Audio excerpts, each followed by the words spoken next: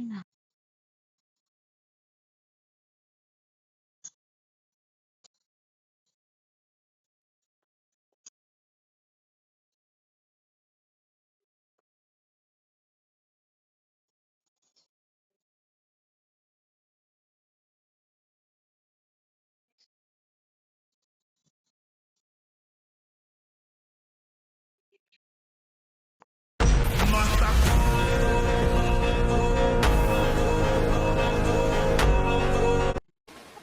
Selamat datang di konten Cabe Jahat Gaming.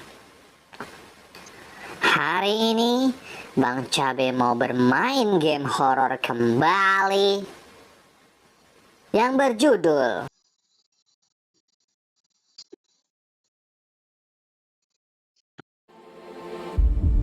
Ini merupakan ledakan paling terang dan terkuat dalam sejarah alam semesta kita. Semesta kita pernah mengalami ledakan terdahsyat dan paling terang sepanjang sejarah. Peristiwa ledakan besar atau Big Bang ini telah jadi titik awalnya dan terjadi sekitar 13,8 miliar tahun yang lalu. Partikel dasar mulai menyebar ke segala arah, kemudian dingin menjadi materi. Lalu, materi ini membentuk masa depan alam semesta kita, termasuk semua galaksi, lubang hitam, bintang, planet, asteroid, dan kita semua. Ya, menurut teorinya, kita berasal dari rangkaian partikel serupa yang telah muncul pada saat Big Bang.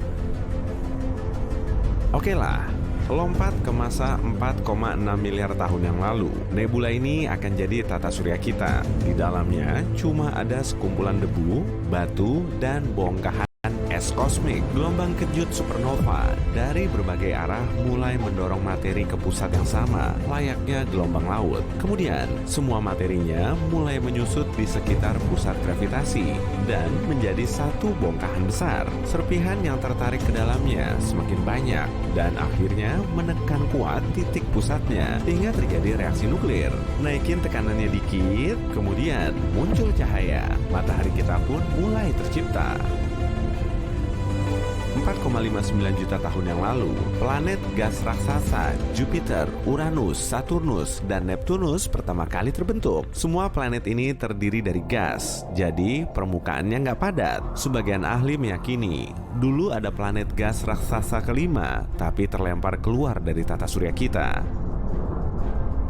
Lalu, 100 juta tahun kemudian, muncul nebula matahari. Bintang muda bersinar terang di pusatnya, lalu mengakumulasi debu dan gas di sekelilingnya, yang sebetulnya merupakan sisa materi dari nebula asli. Sama seperti sup yang sedang dimasak, bahan-bahannya terus berputar mengelilingi matahari, kemudian bercampur dan saling bertabrakan, hingga akhirnya terbentuk planet dan satelit. Begitu debunya berkurang, Merkurius, Venus, Bumi, Mars, sabuk asteroid, Jupiter, Saturnus, Uranus, dan Neptunus semakin terlihat jelas.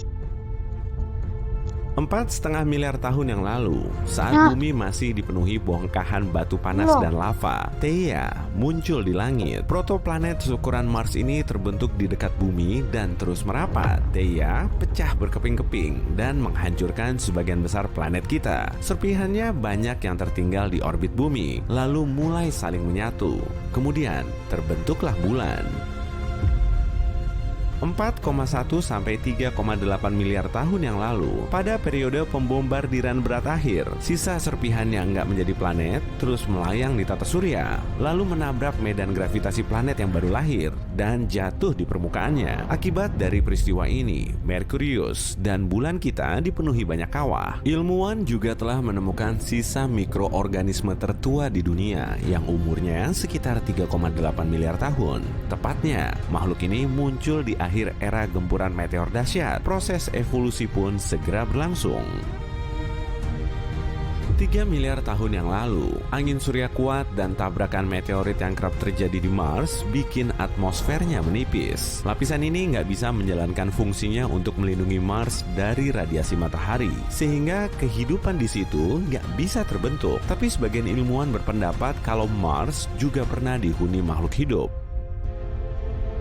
2,5 miliar tahun yang lalu, terjadi bencana oksigen di bumi. Sebagian organisme yang telah berevolusi mengonsumsi energi matahari dan menghasilkan oksigen. Atmosfer kita mulai dipenuhi oksigen, kemudian memusnahkan semua bentuk kehidupan yang telah ada. Tapi, peristiwa ini juga ngebuka jalan bagi terbentuknya kehidupan baru. Aku suka sekali gelang. Namun, bagaimana jika aku membuat gelangku sendiri? Aku bertanya kepada ChatGPT bagaimana caranya. Dengan begitu,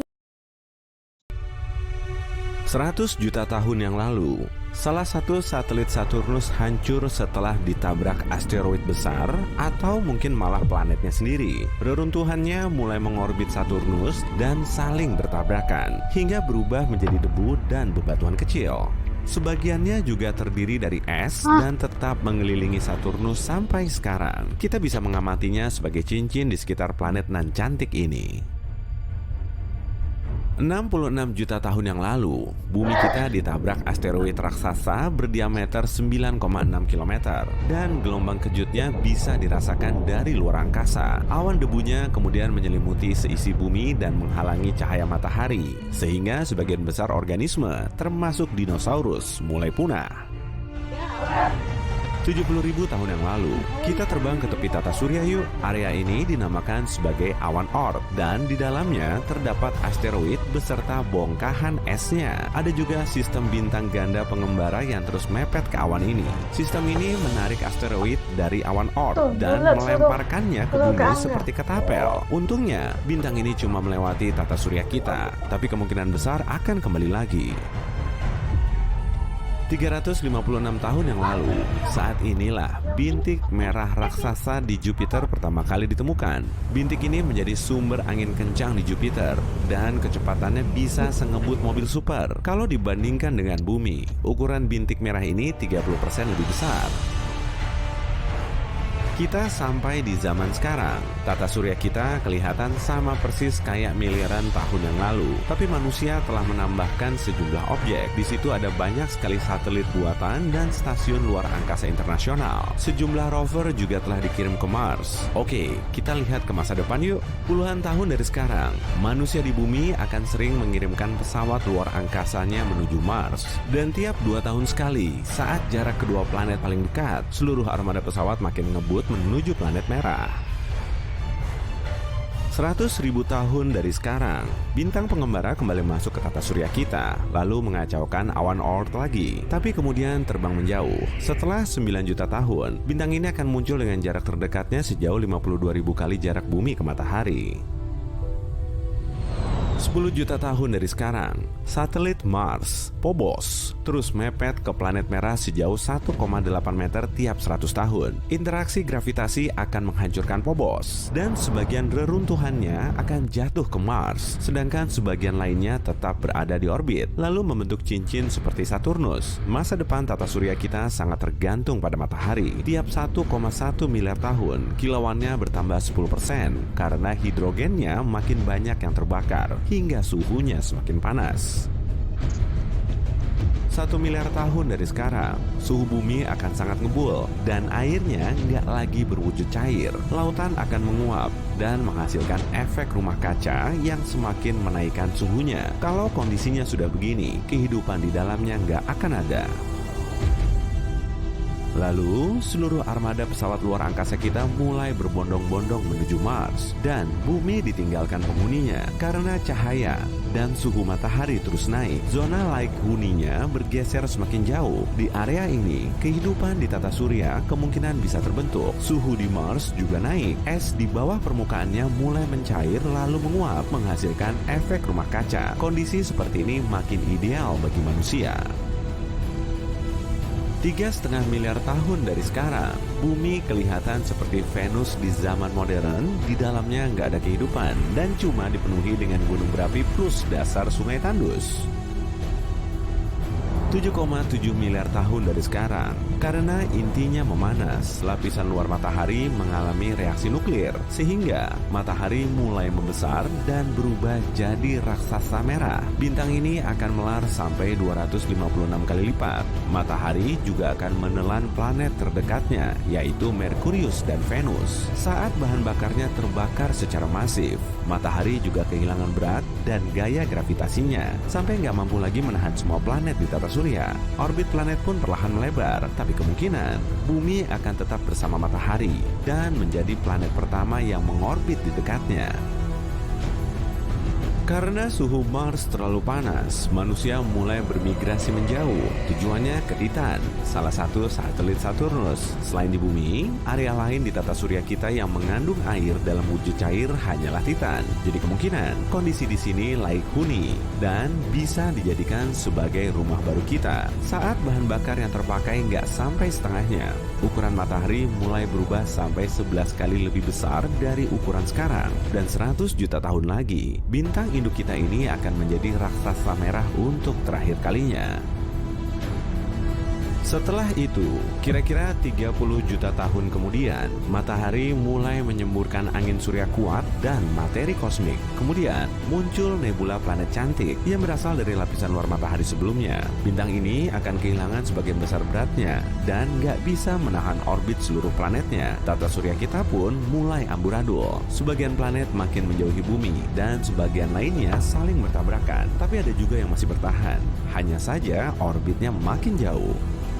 Gue bisa bikin konten affiliate tanpa produk, tanpa kamera, tanpa editing, dan ini hasilnya. Sekarang kalian bisa bikin video seperti gua yang lagi mempromosikan sepatu ini tanpa kamera guys. Cari cuan dari affiliate gampang banget. Ini harga Dan dalam 75.000 tahun, cuma akan ada katai putih seukuran bumi di pusat tata surya kita. Matahari akan makin dingin hingga benar-benar lenyap. Kalau masih ada planet, kondisinya akan dingin dan gelap karena nggak mampu mendukung kehidupan. Dari mulai terbentuk hingga akhirnya hancur, matahari berproses selama kurang lebih 12,4 miliar tahun. Tata surya kita sangat unik loh. Di dalamnya ada banyak fenomena misterius yang belum bisa kita pecahkan. Bahkan kabarnya, di balik Neptunus ada planet raksasa rahasia, gunung berapi di Pluto bisa nyemburin es, dan ngarai raksasa di Mars seluas daratan Amerika Serikat. Semua fakta ini bisa bikin kamu bingung kan? Tapi kira-kira beneran gitu nggak ya? Nah, kita cari tahu yuk. Tata surya kita sudah ada sejak 4,6 miliar tahun yang lalu. Jadi bisa dibilang umurnya emang udah uzur. Para saintis bisa menyimpulkan temuan ini setelah mereka meneliti meteorit sebagai materi tertua yang bisa mereka dapatkan. Di Venus, kamu nggak akan bisa berlama-lama memakai topi. Berdiri di permukaannya aja sulitnya minta